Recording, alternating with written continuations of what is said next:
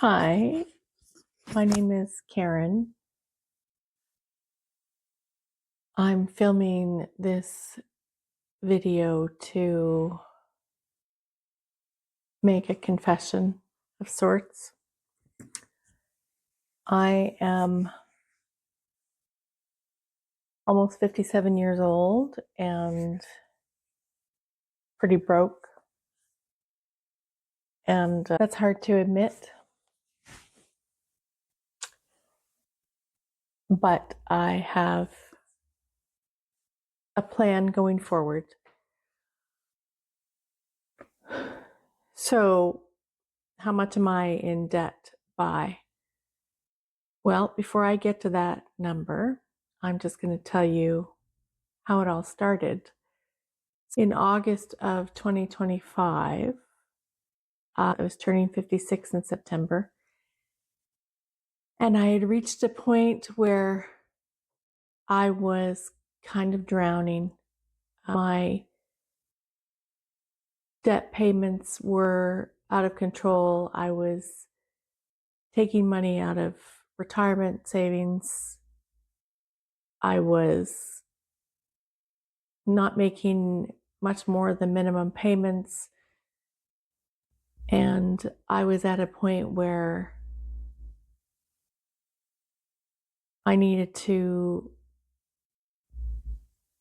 really make some changes as to how I was going to go forward. I'm a single mom. I have a 16-year-old daughter at home, and there's expenses going forward that I need to address for her that are even totally separate from my own retirement, which at the moment looks like it's going to be years from now, like maybe when I'm 70, if I'm lucky. I'm not totally hopeless. I have come a long way since August of 2025, but I still have a long ways to go. And I'm just going to tell you how I got here. First, I take full responsibility for this position that I'm in. Honestly, I have had what I call a fraught relationship with money pretty much all my life. I got myself into this. I think it's probably the fifth time I've gotten myself into this, and I have gotten myself out of debt before, and I'm going to do it again, get myself out. But this time I'm not going to go back into debt. I have so much less time in order to build some savings for when I do retire. Maybe I thought I had all the time in the world when I was younger.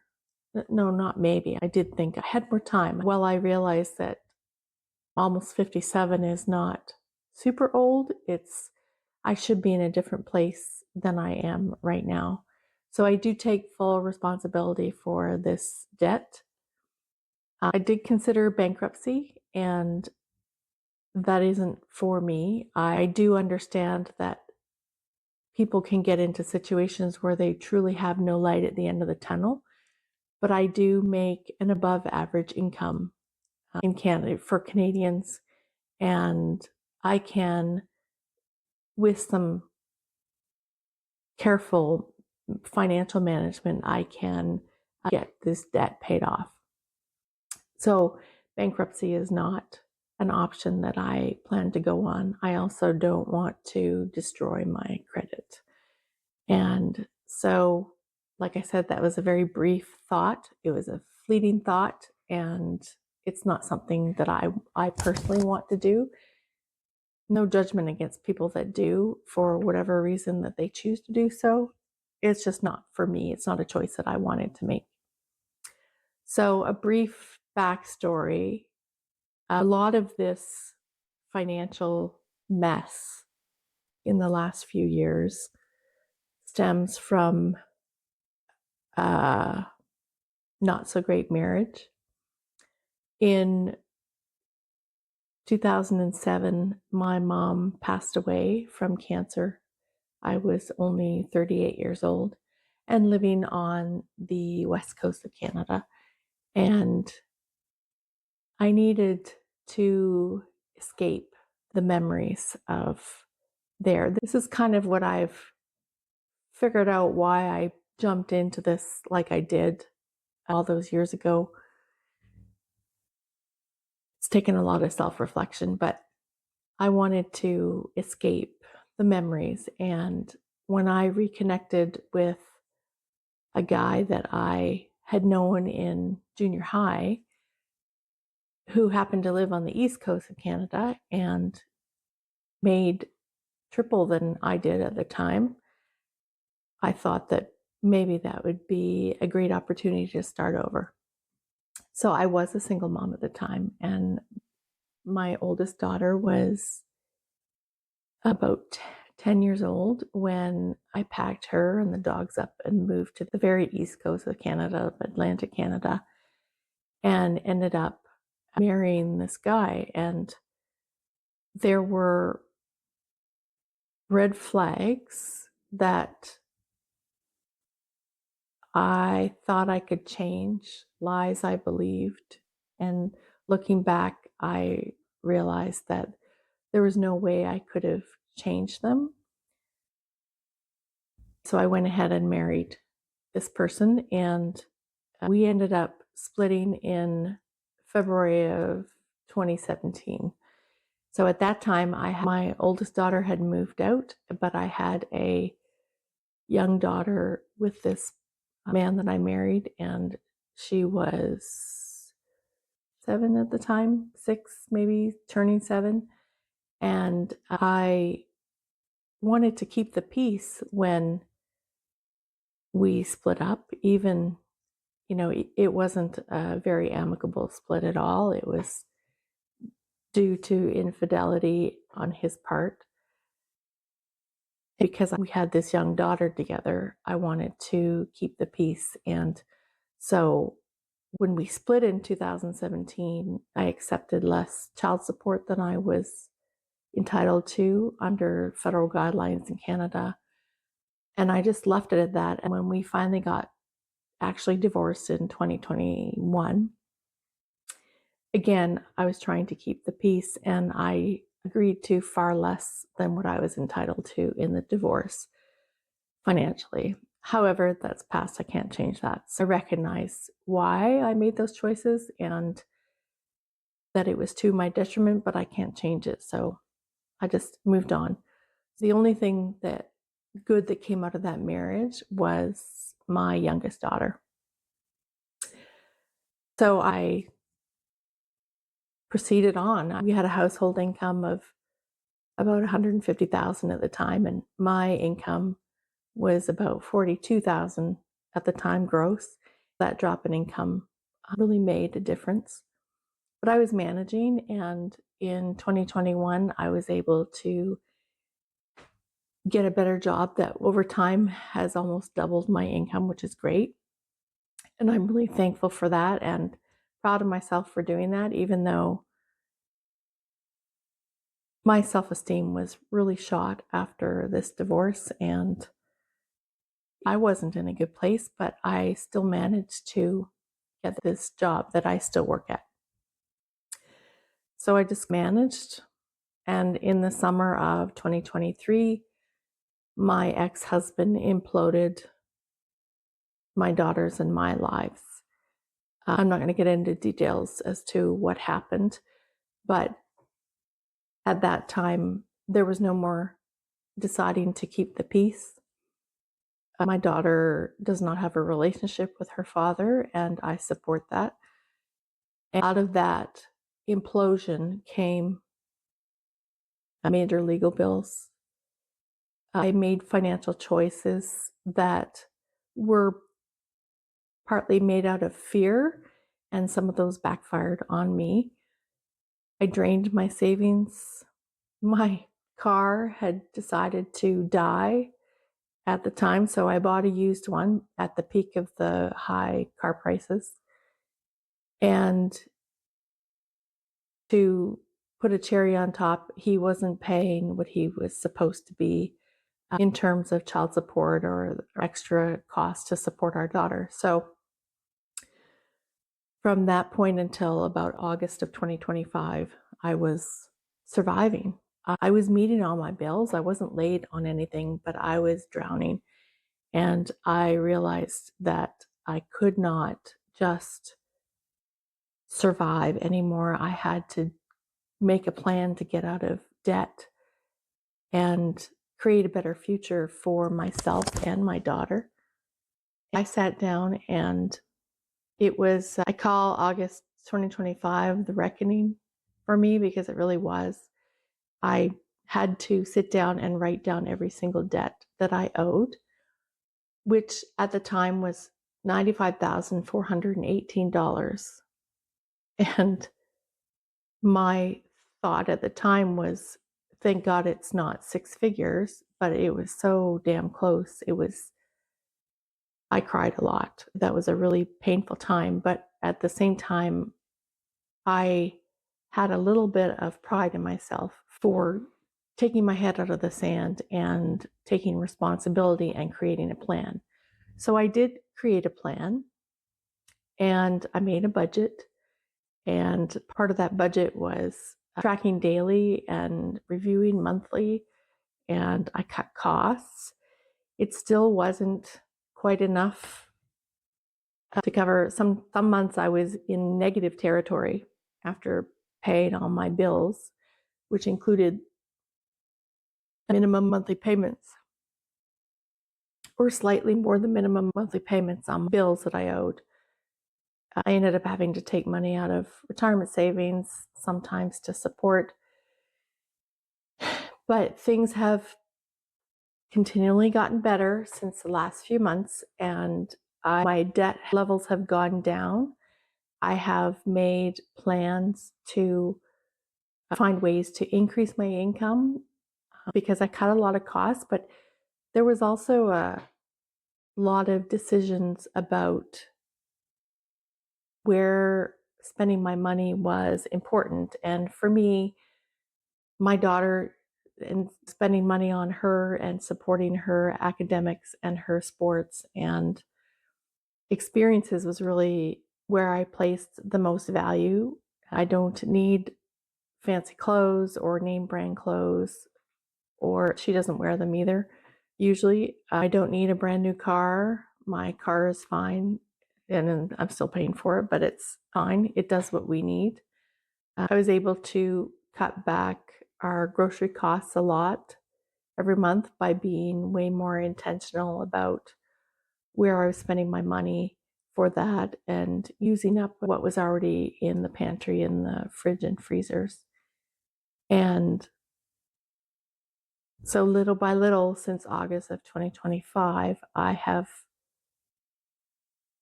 made inroads into paying off this debt. And I made a decision to not to use my credit cards, with the exception of one that I use for everything.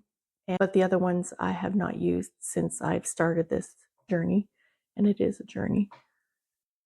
There's an extra level of shame with all this because I am a trained financial professional.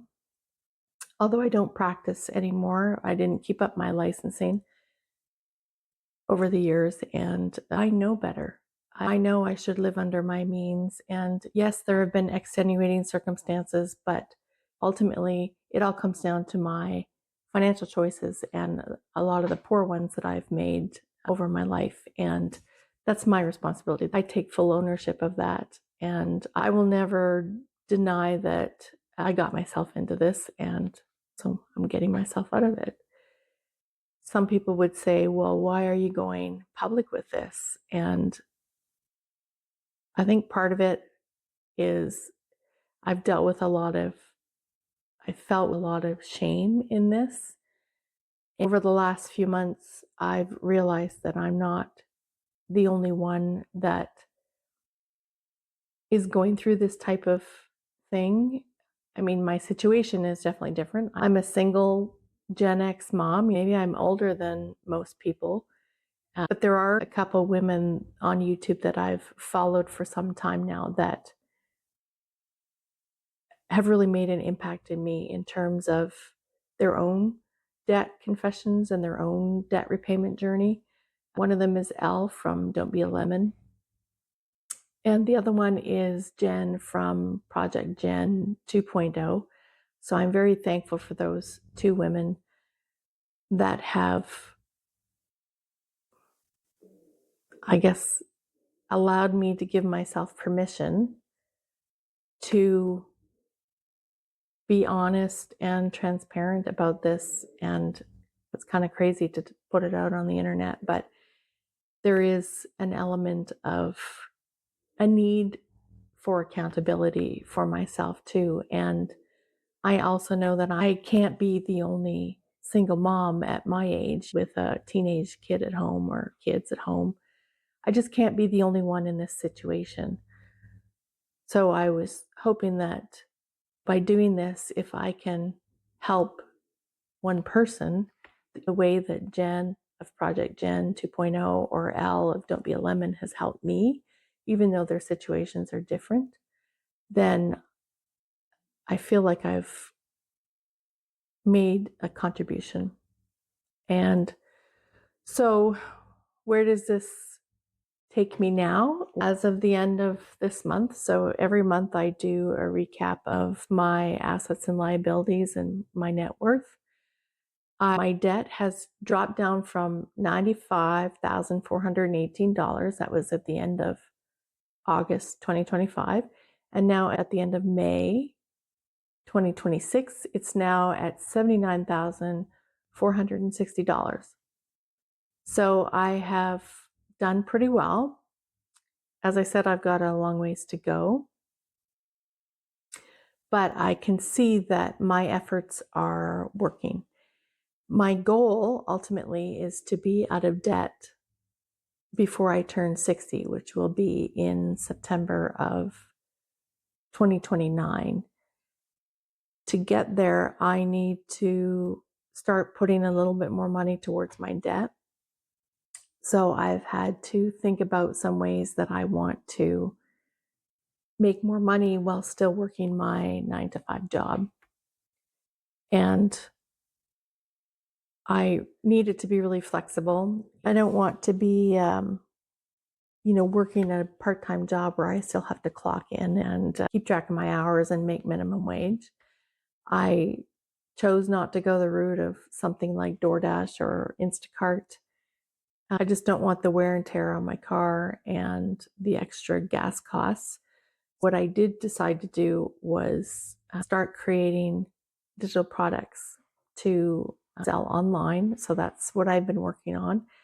And in the next little while, I hope to have some of that completed so that I can actually start to make some money online and put all that extra money towards my debt. So that's my story, and it's a hard thing to admit that I've let myself get to this point. It's really hard and it's really emotional. But at the same time, I'm being very open with my teenage daughter about this, and I'm able to teach her too about the proper ways to handle finances. And if I can prevent her from making the same poor mistakes that I have in my lifetime, then it'll be worth it all this pain. And so that's my story. And I think in my next few videos, I'll talk further about the tools that I've used and what exactly the costs I've cut, and talk about my income every month and where it goes every month, just to share my numbers so you can see that those numbers and get a better picture. If you've watched to this end, I'm very thankful for you. And please know that I'm a human being and be kind in the comments. I have a pretty thick skin, but I've made mistakes like everyone else likely has in some way or another in their lifetime. And I'm taking responsibility and ownership, and I'm fixing those mistakes. Hopefully you'll be around for the next video when I get that up. I expect to have that up within the next couple days. Thanks.